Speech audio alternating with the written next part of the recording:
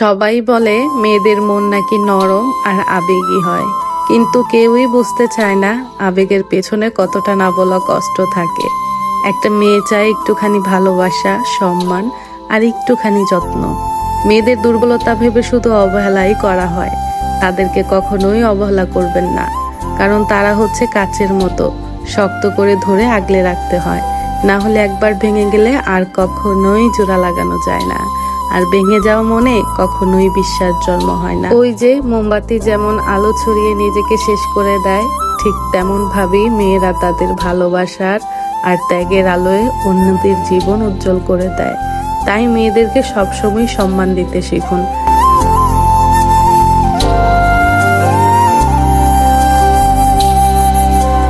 Hello everyone, আসসালামু আলাইকুম। Welcome back to my channel জান্নাত রাসেল টাইনি ওয়ার্ল্ড থেকে। আমি জান্নাত বলছি, নিজেকে উপস্থাপন করছি ঢাকা থেকে। নতুন একটি ভিডিওতে আপনাদের সবাইকে ওয়েলকাম করছি। আশা করছি সবাই ভালো আছেন, সুস্থ আছেন। আলহামদুলিল্লাহ, আমরাও ভালো আছি। আমার প্রিয় ভালোবাসার মানুষেরা কেমন আছেন সবাই? অবশ্যই কমেন্টস করে জানাবেন। আসলে আপনাদের সঙ্গে কিছুদিন গ্যাপ গেলে না কেন জানি আর ভালো লাগে না। কখন যে আপনাদের সঙ্গে কথা বলবো মনটা শুধু আকুপ আকুপ করে, আর ভিডিও ছাড়া তো কথা বলা সম্ভবই না। তো অনেকদিন পর আজকে ভিডিওটা দিয়েছি, কারণ আমার হাজবেন্ড বিগত 5-6 দিন যাবত অনেক বেশি অসুস্থ। তো তিনি অসুস্থ থাকলে দেখা যায় কোনো কিছুই করতে পারি না।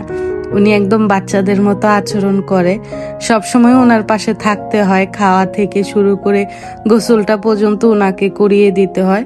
তো দেখা গেছে সংসার সামলিয়ে বাচ্চাদের পরীক্ষা চলছে, 3rd সেমিস্টার এমটি পরীক্ষা, সবকিছু মিলিয়ে একটা হযবরল অবস্থায় ছিলাম। আলহামদুলিল্লাহ, আপনাদের দোয়ায় এখন আমার হাজবেন্ড একটু ভালো আছে। তো উনি যেহেতু বাসায় নেই, দোকানে গেছে আজকে 5 দিন পর, তো সুযোগ পেয়ে আর কি ভয়েসটা দিয়ে আপনাদের সঙ্গে ভিডিওটা শেয়ার করছি।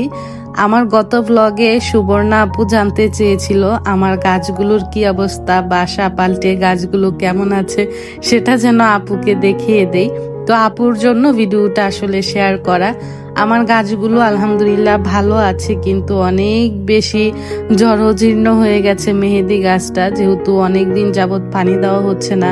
গাছের কোনো যত্ন আত্তি করতে পারছি না, সংসার গোছানো নিয়েই ব্যস্ত ছিলাম। তারপর কমেন্টটা পেয়ে দৌড়ে হচ্ছে গাছগুলোর যত্ন নিয়েছি। কিছু গাছ মরে গেছে, আর কিছু গাছ হচ্ছে আমি বাড়িওয়ালাদের ছাদের উপরে রেখে আসছি, কারণ বাসায় এত পরিমাণের গাছ হয়ে গেছে। এক বারান্দায় জায়গা হয় না, আরেক বারান্দায় দিতে হয়। তো দেখা গেছে কাপড় নাড়তে শুকাতে আমার একটু কষ্ট হয়ে যায়, সেই জন্য কিছু গাছ আমি ফেলে দিয়েছি, কিছু গাছ ছাঁটাই করে ছোট করেছি, আর কিছু গাছ হচ্ছে আমি ঘরে রেখেছি, আর কিছু ছাদে দিয়েছি। তো মিলিয়ে ঝিলিয়ে আর কি গাছগুলো এই অবস্থায় আছে।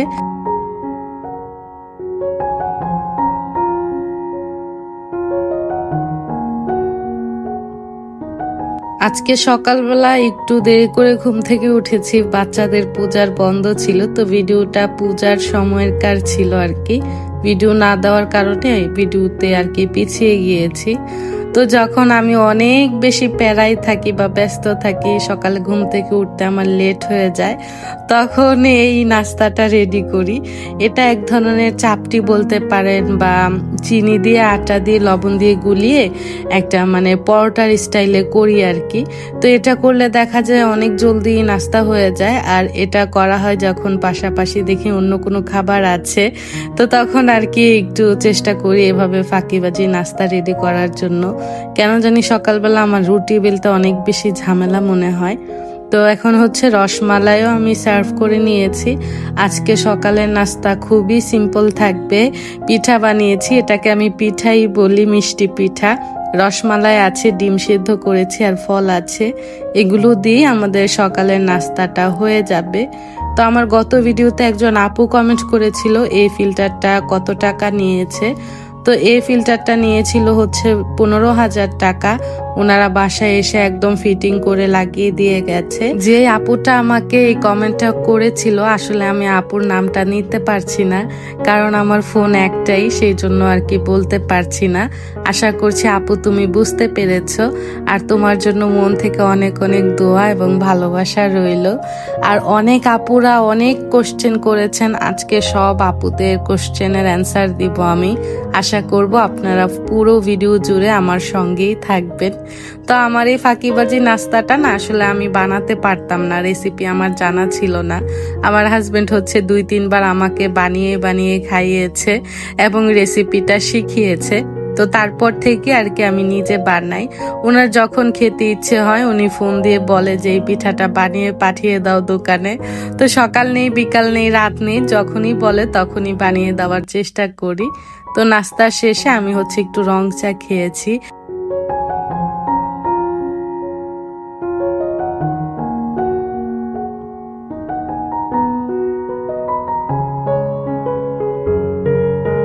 নাস্তা পানি শেষ করে চলে আসছি সংসারের কাজে।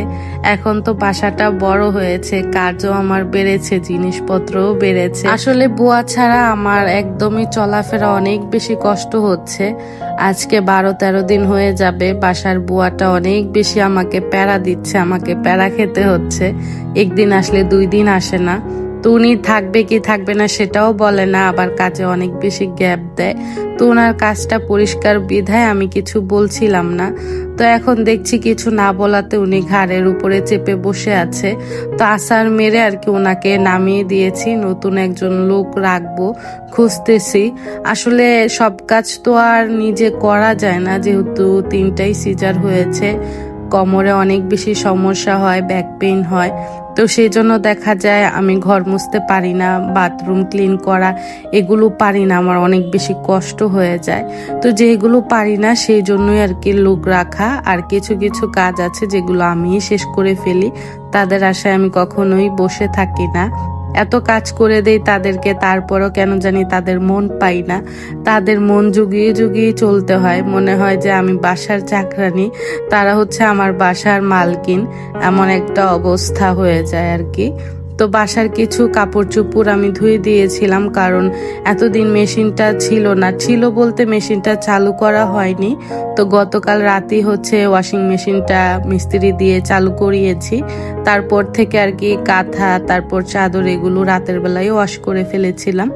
এখন দিনের বেলা শুকিয়ে যাওয়ার পর আমি এগুলো গুছিয়ে জায়গা মতো রেখে দিচ্ছি। আমি আসলে বুঝতে পারি আপনারা আমাকে ভালোবাসার নজরেই দেখেন, আপনারা মাশাআল্লাহ আমার ভিডিওগুলো পছন্দও করেন, কিন্তু আপনারা কেন জানি লাইক দিতে চান না, সেটা আসলে আমি বুঝতে পারি না।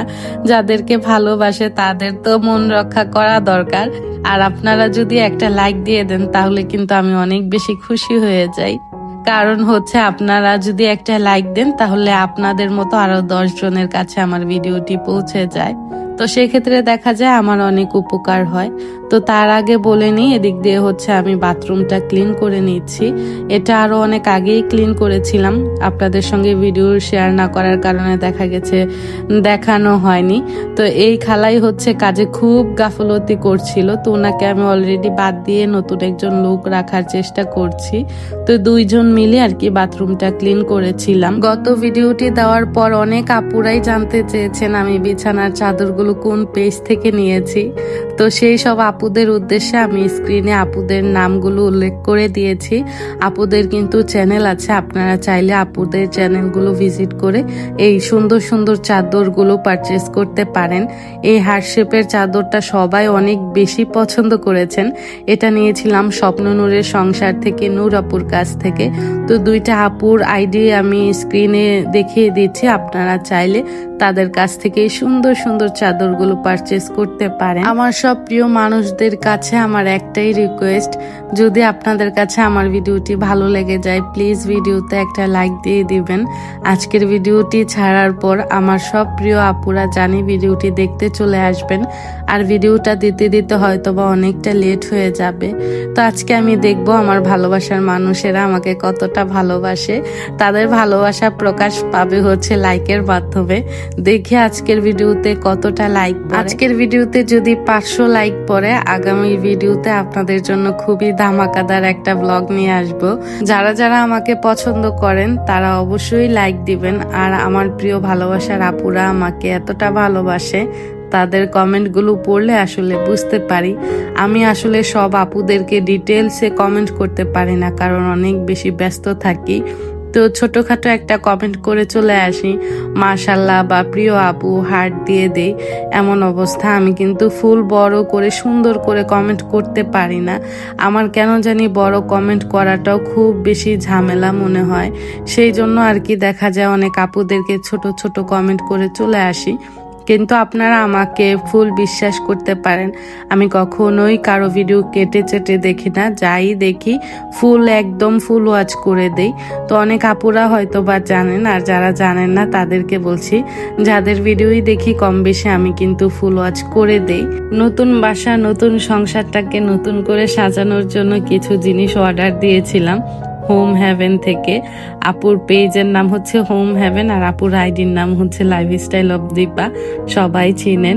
তো আমি কিছু জিনিস অর্ডার দিয়েছিলাম, সেগুলো অনেকদিন আগেই চলে এসেছে, কিন্তু আপনাদেরকে নিয়ে আনবক্সিং করব সেই আশায় আর সেগুলো খোলা হয়নি। তো আজকে আপনাদের সঙ্গে নিয়ে আনবক্সিং করছি। আর আপনারা শপিং ব্লগ এগুলো খুব বেশি পছন্দ করেন, সেই জন্য শেয়ার করা। আমি চিন্তা করেছি আগামীতে কোনো শপিং ব্লগ বা কোনো কিছু আনলে সেগুলো আর আপনাদের সঙ্গে শেয়ার করব না, কারণ অনেকের কষ্ট হয় আমার এই শপিং ব্লগগুলো দেখতে।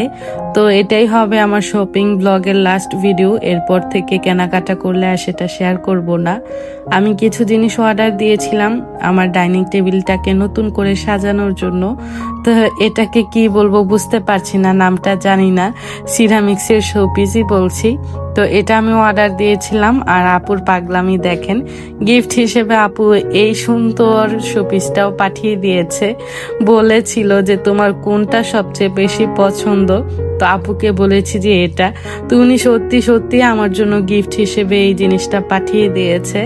আর এটার কিন্তু অনেক দামও আছে। যারা আমার নিয়মিত দর্শক আছেন তারা কিন্তু জানেন যে আমি দীপা আপুর কাছ থেকে কেনাকাটা করতেই বেশি পছন্দ করি, কারণ ওনার জিনিসগুলো আমার কাছে খুব ভালো লাগে, অনেক ইউনিক থাকে।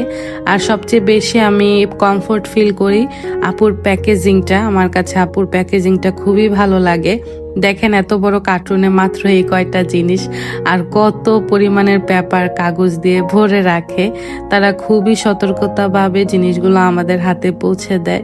তো দেখা যায় কি কমফোর্ট জোনের মধ্যে আপুর কাছ থেকে আমার কেন জানি মনে হয় ভালো হবে, ওনার কাছ থেকে কোনো জিনিস পারচেস করতে আমি বেশি কমফোর্ট ফিল করি।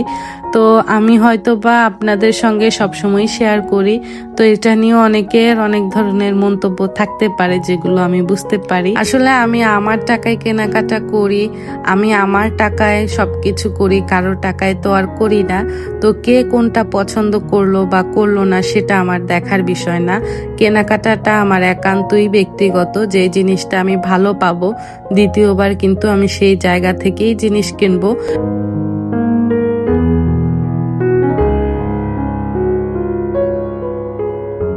আমার এই কচু পাতা গাছ নিয়ে যখন আমি ভিডিও শেয়ার করেছিলাম, তখন মুক্তা লাইফস্টাইল থেকে মুক্তা আপু বলেছিল যে আপু তোমার বাসাটা যদি কাছে হতো তাহলে আমি তোমার থেকে কিছু কচু পাতা নিয়ে আসতাম। তো আপুর কমেন্টটা পেয়ে আমার অনেক বেশি খারাপ লেগেছে, প্লাস ভালো লেগেছে। যদি আমার বাসা আপুর বাসার কাছে থাকতো না, সত্যি আমি আপু তোমাকে গিয়ে দিয়ে আসতাম, সঙ্গে আরো গাছ দিয়ে আসতাম। কিছু কিছু আপুদের কমেন্টের আশায় আমি সবসময় বসে থাকি, সত্যি কথা। তাদের কমেন্টগুলো পেলে এত বেশি ভালো লাগে, আমার মনটা খুবই ভালো হয়ে যায়। তো আমার এই চায়না বট গাছ বা চায়না বনসাই বা যে যেটাই বলেন, এই গাছটাকে খুবই যত্ন সহকারে আগলে রেখে আমি একটু সতেজ করতে পেরেছি। আপনাদের সঙ্গে হয়তো বা কোনো একটা ভিডিওতে শেয়ার করেছিলাম, গাছগুলো আমার হাজবেন্ডের দোকানে ছিল, পাতা একদমই কম ছিল। তো বাসায় এনে এটা আমি 1-1.5 মাসের মতো বারান্দায় রেখে এখন গাছটাকে একটু সতেজ করেছি। আর মাশাআল্লাহ দেখেন পাতাগুলো কত সবুজ হয়েছে, অনেক ডালাপালাও ছড়িয়েছে। মাশাআল্লাহ মাশাআল্লাহ, সবাই মাশাআল্লাহ বলবেন। আমার এই স্ন্যাক প্ল্যান্টের নতুন করে আবার একটা ডালা গজাচ্ছে। আলহামদুলিল্লাহ আলহামদুলিল্লাহ, এত বেশি ভালো লাগে যখন দেখি এই গাছ থেকে নতুন করে আবার ডালা গজাচ্ছে। আমি যখন এই গাছটা এনেছিলাম তখন 4-5টার মতো শুধু ডালা ছিল, আর এখন যেগুলো দেখতে পাচ্ছেন এগুলো বাসায় আনার পরেই নতুন করে হয়েছে। তো আমি আপনাদেরকে সাজেস্ট করব যারা কিনা গাছপালা পছন্দ করেন বা ঘরে গাছ রাখতে চান তারা প্রথমেই স্ন্যাক প্ল্যান্টটা রাখবেন, কারণ এটার কোনো রকম যত্ন লাগে না, কোনো রকম রোদের আলোরও প্রয়োজন হয় না, এটা কিন্তু ঘরের মধ্যেই ভালো থাকে। তো চেষ্টা করবেন যদি গাছ আনেন তাহলে এই স্ন্যাক প্ল্যান্টটা রাখার জন্য প্রথমে।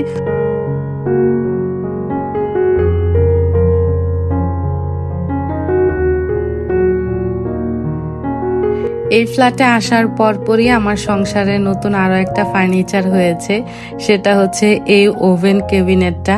এটা দেখানোর পর আমার আপুরা এত কমেন্ট করেছেন এটা সম্পর্কে, আমি যেন বিস্তারিত বলে দেই এটা কোন পেজ থেকে নিয়েছি, দাম কত। তো আমি পেজটা হচ্ছে স্ক্রিনে উল্লেখ করে দিয়েছি, আপনারা হচ্ছে ওনার সঙ্গে যোগাযোগ করে কাস্টমাইজ করে বানিয়ে নিতে পারেন, কারণ এটা আমি নিজে তাদের কারখানায় গিয়ে মাপ দিয়ে বানিয়ে এনেছি। তো এটার প্রাইস পড়েছে হচ্ছে 7,000 টাকা, আর এটার কস্ট নিয়েছে হচ্ছে 500 টাকা। এটা হচ্ছে ওয়েটের উপরে আর কি দামটা হবে। আমি হচ্ছে বানাতে দিয়েছিলাম 1 সপ্তাহ আগে, 1 সপ্তাহের মধ্যে আমার জিনিসটা চলে এসেছে। তো এটা খুবই ভালো, খুবই টেকসই। অনেক আপুরাই এটার মাপ জানতে চেয়েছিলেন, তো আপুদের উদ্দেশ্যে বলে দিচ্ছি এটা 3 ফিট বাই 11 ইঞ্চি। তো এটা হচ্ছে মার্বেল বোর্ড না কি বোর্ড যেন, এটা আমি সঠিক বলতে পারছি না। তো অনেক আপুরা আরো কমেন্ট করেছিলেন আমার ডাইনিং টেবিলের কাভারটা কোথা থেকে নিয়েছি, কত টাকা নিয়েছে, আর চেয়ারের কাভারগুলো কোথা থেকে নিয়েছি। তো আমি হচ্ছে টেবিলের কাভারটা নিয়েছিলাম হচ্ছে ব্লগার ভিডি হেলেনাপুর পেজ থেকে, ওনার আইডিটাও আমি আপনাদেরকে দেখিয়ে দিচ্ছি স্ক্রিনে। এটার দাম নিয়েছিল হচ্ছে 2700 টাকা। আর চেয়ারের কাভারগুলো আমি অনেক বছর আগে কিনেছিলাম, কিন্তু আপনারা একটা পেজে পাবেন, শিমুলাপুর পেজে আপনারা এই সুন্দর চেয়ারের কাভার আর চেয়ারের কাভারের সঙ্গে মিলিয়ে কিন্তু টেবিলের কাভারও পাবেন। আপুর আইডির নাম হচ্ছে নীলুফা শিমুল। আপুর আইডিটাও আমি স্ক্রিনে মেনশন করে দিচ্ছি বা আপনাদেরকে দেখিয়ে দিচ্ছি। তো আমার আরেকজন আপুর কমেন্ট ছিল মাই ফ্যামিলি মাই ব্লগ থেকে, আপুর নামটা আমার মনে নেই। আপু বলেছিল ডাইনিং টেবিলের উপরে আমি যে ট্রেটা রেখেছি কাঠের ট্রে, সেটা কোন পেজ থেকে নিয়েছি। সেটা আমি কারুচ পেজ থেকে নিয়েছি, সেটাও আমি আপনাদেরকে ভিডিওর স্ক্রিনে দেখিয়ে দিচ্ছি। তো এটা হচ্ছে আমাদের রাতের খাবার, রাতে কোনো রান্নাবান্না করিনি, ওর বাবা বাহির থেকেই খাবারটা পাঠিয়েছে। ইদানিং এত বেশি সংসারের কাজে ব্যস্ত আছি, কাজের লোক নেই, নিজেরই একা কাজ করতে হচ্ছে, অনেক বেশি ব্যস্ততায় দিন পার করছি। না চাইলেও অনেক সময় ভিডিও অনেক বড় হয়ে যায়, টেনে হিচড়ে কখনোই ছোট করতে পারি না। আজকের ভিডিওটি অনেক বড় হয়ে গেছে, জানি না কারা কারা দেখবেন। যারাই দেখবেন তারা ভালোবাসা নিয়েই দেখবেন, তাদের জন্য মন থেকে অনেক অনেক দোয়া এবং ভালোবাসা। আগামী ব্লগ দেখার আমন্ত্রণ জানিয়ে আজকে এখান থেকেই বিদায় নিচ্ছি। সবাই ভালো থাকবেন, সুস্থ থাকবেন, আমাদের জন্য দোয়া রাখবেন। আসসালামু আলাইকুম, আল্লাহ হাফেজ।